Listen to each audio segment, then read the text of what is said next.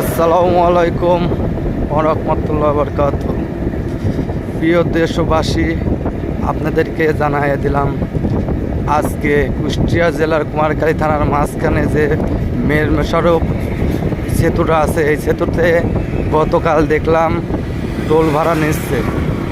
আজকে সকালে দেখতে পারলাম যে আজকে আর টোল ভাড়া নিচ্ছে না। এটাই তো সাধারণ জনগণ চায়। ভ্যান, সাইকেল, রিক্সা, মোটরসাইকেল, অটো এগুলো যদি টাকা না নেয়, এর সাধারণ জনগণের খুব সুবিধা হয়। আপনারা যে যেখান থেকে দেখতে পাচ্ছেন কমেন্ট করে জানাবেন আমার ভিডিওটা কেমন হলো, সেটাও আপনারা আমাকে জানাবেন লাইক ও কমেন্ট করে শেয়ার করে। এই রোডে হাজার হাজার van, cycle, easy bike, motorcycle এগুলো চলে। এগুলো যদি টাকা না নিত, টোলে যদি টাকা না দেওয়া লাগতো, তাহলে খুবই ভালো হতো। দেখা যায়